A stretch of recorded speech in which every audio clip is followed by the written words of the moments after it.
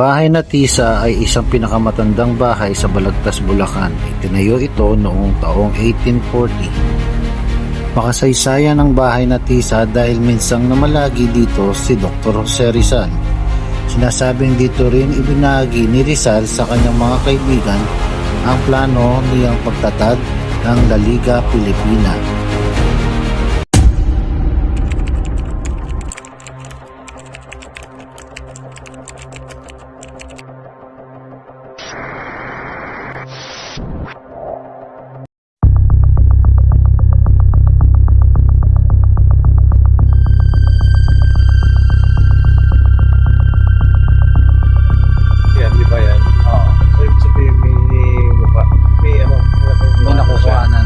May structure ng bahay. Talagang kinain na ng anay.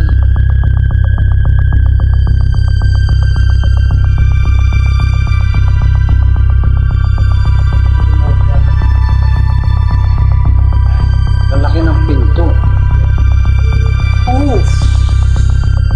Uy! Galing, nagulat ako.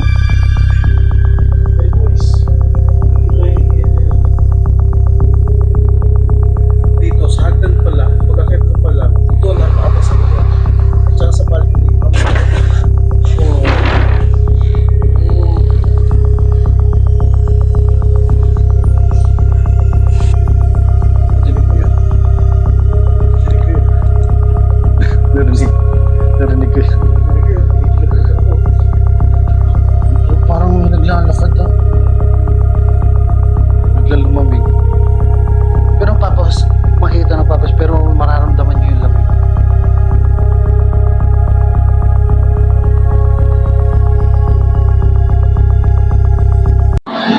So yun guys, Boss MK nga pala. Andito kami ngayon sa Bahay Tisa. Ayan, papasokin namin ni Boss Greg yung itong Bahay Tisa. Ayan, kasama ko siya ngayon. Ayan, so duo kami ngayong gabi. So samahan nyo kami, pasukin natin to bago papasukin ng iba. So ayun na nga, at pinasok na namin itong Bahay Tisa ni Boss Greg. At sa pagpasok mo, agad mo makikita ang rebulto ni Jesus, mga naglalakihan cart at picture na may-ari ng bahay.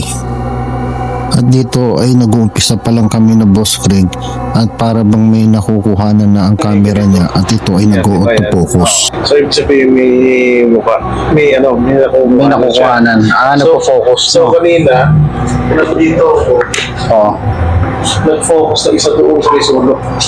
So ibig sabihin may nakuhanan dyan. Tapos pagpasok natin dito, bigla siyang meron nakukuhanan yung babae. So dito, nag-ano siya, yung nag-auto-focus siya. Lahat dito kanina, pagpasok natin. So ibig sabihin may nakukuhanan na kasi tignan mo, kahit dito, di ba, nakukuhanan yung matanda, yung babae. So yun nga yung nag-auto-focus guys. At dito ay pinagpatuloy na namin ni Boss Greg ang pag-explore. At makikita mo ang lumang paso, mga pinagtambakan ng mga lumang gamit at isang rep. Makikita mo yung structure ng bahay. Talagang kinain na ng anay. pero kung makikita mo siya, ano siya? Adobe. Mga adobe. Ang lalaki. Diba? Kung baka, kung mo sa ngayon, wala na. Wala ka na makikita ang ganyan na kahoy talaga. Kita mo. Tingnan mo to. Diba, ayan o. Katulad na lang yan. Hindi pantay yung ano, diba? Kasi literal na kahoy ang ginamit. Kasi nung panahon pa na yata noon, wala pang ano eh. Mga gamit talagang pang diretso eh, no? ito, ano to, mga puno na talaga ito. Oo, mga puno na kumbaga. At dito ay nagpasya na kami nung umakyat at bubungad sa amin ang nakakatakot na hagdanan papuntang itaas. So akyat tayo doon sa taas guys. Sa aming pag-akyat, ako ay namangha doon sa aking mga nakita. Ano ko na to? Sinakuha talaga. Grabe. Tingnan mo guys. Tapos okay na ng mga Lalaki ng pinto. Makikita niyo yung yung karanyaan ng isang bahay dati. Sa panahon na yun, ang yaman na nila pagka ganito ang klase ng bahay. At dito ay pinasok na namin ng Boss Greg ang unang pinto. At sa aming pagpasok, kami biglang nagulat.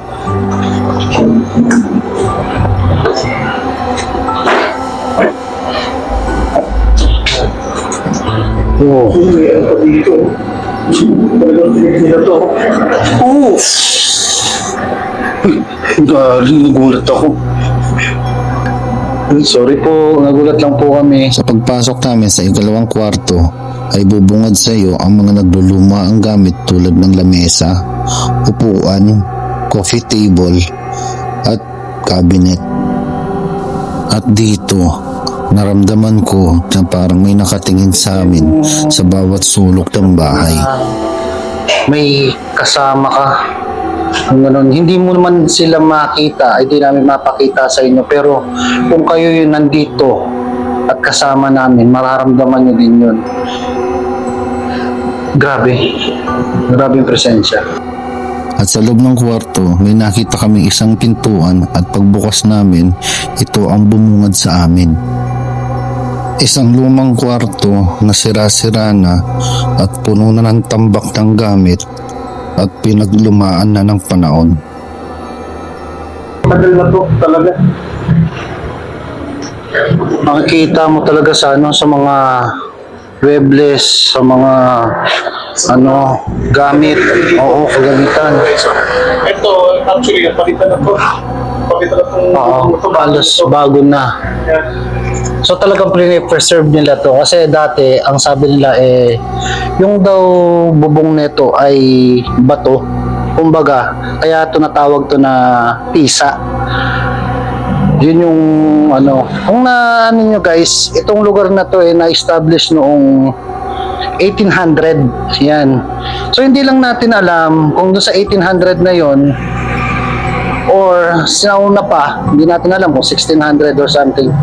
Doon nila na build itong bahay. Hindi lang natin alam guys, sa 1800, 1840, mga ganun, sa sobrang tanda ng bahay na tisa na to. Sa aming paglabas sa kwarto na ito, napansin ko ang sahig na butas-butas na at mo'y pagkaapak mo ay malalaglag ka. Grabe. Ang hindi natin alam kung paano aapak dito.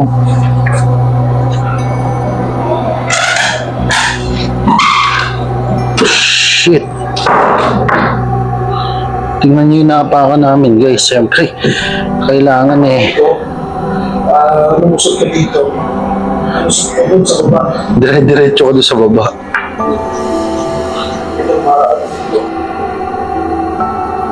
Sa aming pagpasok dito sa pang-apat na pinto, dito kami may narinig na kala mo may tumunog sa bandang likuran namin. Kung di ako nagkakamali, doktora yung dito Yung asawa. Oo, yung asawa. Pero yung lalaki is mayor yata, nag-mayor dito. Silbi bilang mayor dito sa bayan na to. Narinig mo yun? Narinig ko yun. Narinig ko yun. Narinig ko yun. Pinikilabutan ako. yung tipo nagkakwentuhan kami about sa may Thomas Sweet dito. Hindi namin alam kung Sana makuha namin sa audio na. At dito ay pinagpasyahan namin na tignan yung narinig namin kani-kanina lang. Guys, ipuntahan natin yung kung saan nagagaling yung ito guys yung kusina nila. Oh shit. Nakita mo naman kung gaano ka dilim dito. Oh my god. Sa pagpasok sa pinto na ito, tila bang may nakipag-unahan sa amin na malamig na Parang hangin sumusunod sa akin. at kakaibang Kasi presensya. biglang lumamig. Pero makita ng papas, pero mararamdaman nyo yung lamig. Imbis na pagbukas yung lalabas dito, yung pagpasok natin, doon may sumabay na lamig na hindi namin alam kung ano. At At dito nga ay lumabas nga kami ng gate na bakal na ito. At ito ang tumambat sa amin. Ay, ito yung balon. Ay, may tubig. Sa aming paglalakad, tila bang parang lumilindol sa kinatatayuan namin. Hindi ko alam kung lumilindol ba. Hindi ko alam kung nilito pero parang umuuga. Parang umuuga. Hindi ba dala lang ng mga truck na dumadaan? Nagpasya na kami pumasok ni Boss Greg. Tila bang kala mo ay magigiba ang terrace. Sa aming pagpasok, makikita mo ang lumang lutuan at lababo sa kusina na ito. Diba? Yung lutuan nila na structure na ganito. Sa aming pag-i-explore, may narinig Sabi na kami tuloy ako. at bigla na lang Parang kami sa susunod. Hindi namin nakikita. Uy, ano yun? Ito yun, yung ganito. Yung wala pa ako, mukha akong mikilos. Para siyang para siyang bakal na hindi mo alam na Hindi, tik, parang may alam mo yung lumangit-ngit. Oo. yung mga tiyatapakan natin pag umangat. Parang may lumangit-ngit. Pangko, lalangit. Oo. So guys, may naglalakad dun sa sala. Kasi dun lang yung ganito. Nahilo ko. Gumagalaw. at bago kami lumabas ng terrace, para bang may sumabay na salita pero hindi na namin to pinansin. So guys, punta tayo dito ngayon.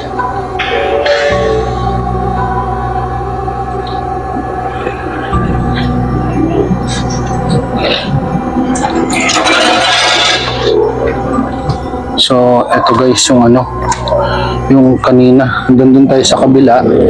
So, lumipat tayo dito.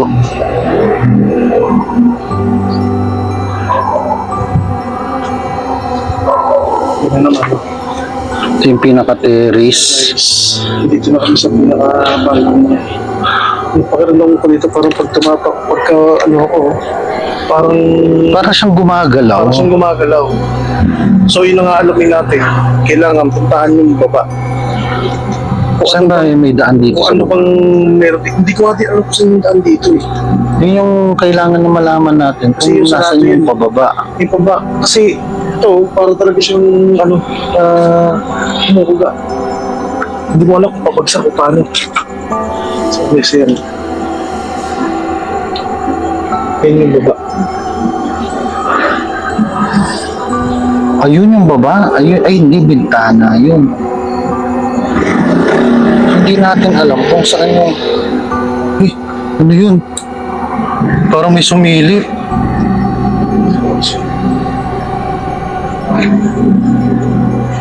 Pili ko ito yung hagdanan eh.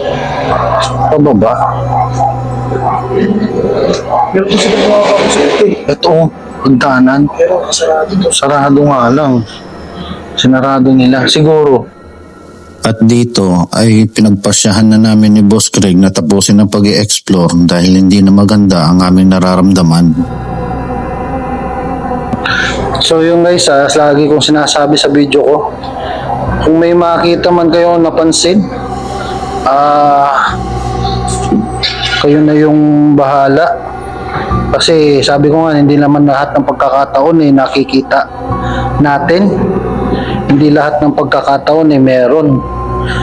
So yun nga, nagbabasa lang kami kung ano yung naririnig at saka kung ano yung nararamdaman namin dito sa lugar na to.